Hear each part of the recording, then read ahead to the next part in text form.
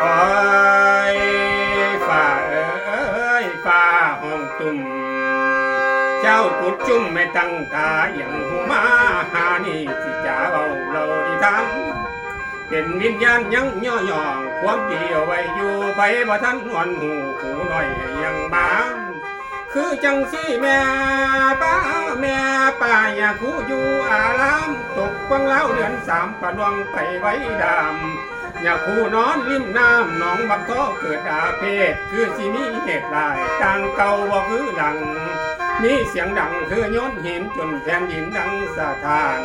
น้องใช้วานมีน้ำตั้งทั้งปักกัดยาคือดังญาติจากป่าเป็นเส้นเกี่ยวฝันมีพระผู้นั้นอาจารย์พันเป็นคนฝันพอท่านตนก็เลยลุกกับมูพุทโตห้องเป็นสัญญาณมัดลองเตือนคนย้ำเตือนพอแต่หูเมื่อคื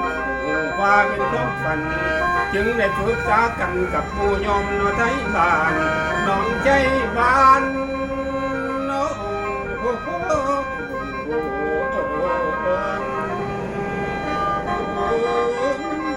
้องใจมันอยู่ทางหน้าญาคู่ก็ไปเบิ่งพอไปเห็นแล้วจังหูหินก้อนดังฝันหินก้อนนั้นปิดเดิมบ่คือหมูเป็นสูใส่ลายผิวพันคือใครก่อนบ่ใหญ่บ่น้อยประมาณต่อทั้งแดงตกแก้มแรงเป็นแสงไฟกับส่องใส่เขาจ่า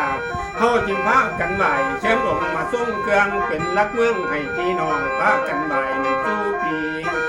หินก้อนนี้บ่ได้ง่ายมาได้คนทั้งหลายพากันยกกระบ่เจ็นพอหน่อยเห็นแต่แมงหิงหอยบินสวนกันเป็นกลุ่มเจ้าขุดจุ่มได้นั่งห้องขอร้องซอยกันอาจารย์พันเพิ่นเป็นคนสร้างเมาเฮาจึงได้ตอนคำจึงได้นำมาตั้งสวยงามเป็นประงานในลูกหลานได้กาดต้มสมมาไหวจูปีก่อนสินี้ก่อนสิเกลื่อนเกียนหัวมันบ่ยางเบิดหนทางอีกแล้วเดี๋ยวหน้าเบิ่งแต่กันมีพระผู้ตอนนั้นกับเปลี่ยนจึงมีห้อยหมุนกับโมคนเดห่อตึงพากันถึงกันอยู่สู้เอาเจ้าพ่อที่สั่งหอให้ดังบ้านใส่เยี่ยมจังจะร้องเชิญเด้อพวกพี่น้องมาเที่ยวชมอยู่แต่พระผู้พันเสียก็จะเข้านอกไปแล้วเหลือตั้งแต่ดวงแก้ว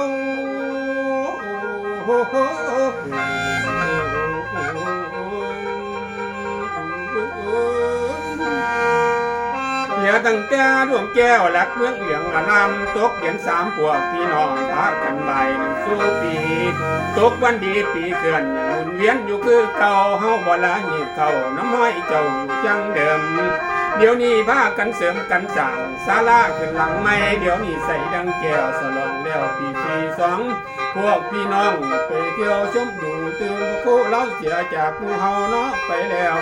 เหลือตั้งแต่ดวงแก้ว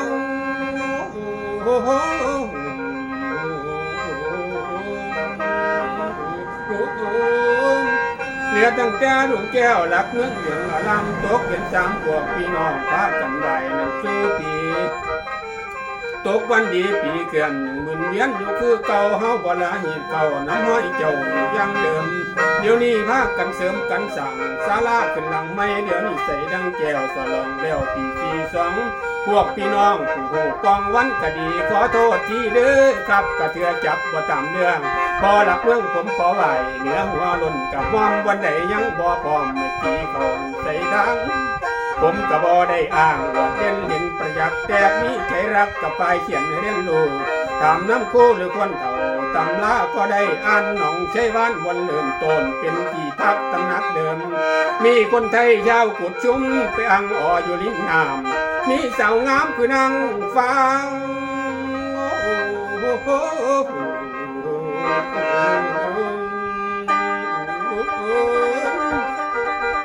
มีสาวงามคือนางฟ้าเตรียมมาแต่เห็นแย่มีคนแก่ทุกหมู่บ้านมาบ้านเจ้าเป็นนางเมือง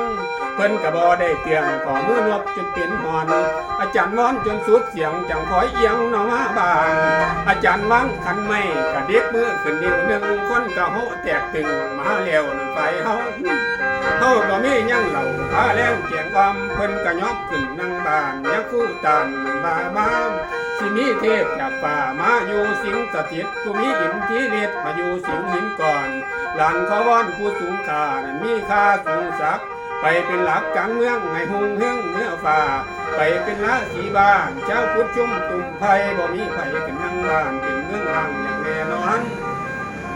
อาจารย์ว่อนเป็นเสียงเอิญหัวเกียนเหมือนประโคยางบริวารรอบกลางกับหัวยุ่มหนึ่งใส่กันคือเดิมที่แรกนั่นเพิ่นบ่ลำคำไข่อยากอาศัยอยู่ปลายย่างก็ดังเดิมคือเก่าดีแต่มีพระผู้เฒ่าเป็นตัวแทนของน้องพี่เบาน้ำปีเพิ่นกับหูพระผู้เจ้าที่เป็นคน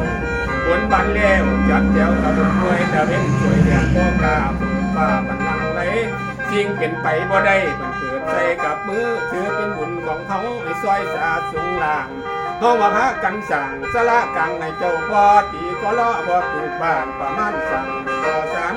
งบประมาณบ่ทันใดแรงใจพี่น้องซอยมันรถเสร็จเรียบร้อยบ่ปันก้อยไก่มดแดง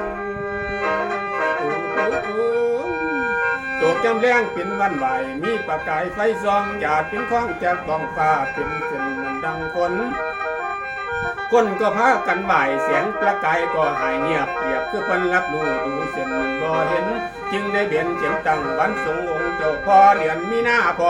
พากันบ่ายพ่อกายหลายพรรษาปีเขื่อนใจคนบ่มีเปลี่ยนยังศรัทธาพ่อเจ้าพากันบ่ายนั่นสู้ปีเอาละเนาะสำนีคณะญาติวงศาเฮาได้มีหลวงตากับพ่อเมืองเพียงฟ้าบ่ลำลาลงผ่านมีงานที่มาใหม่ก็ไล่พวกพี่น้องโอยงานหนา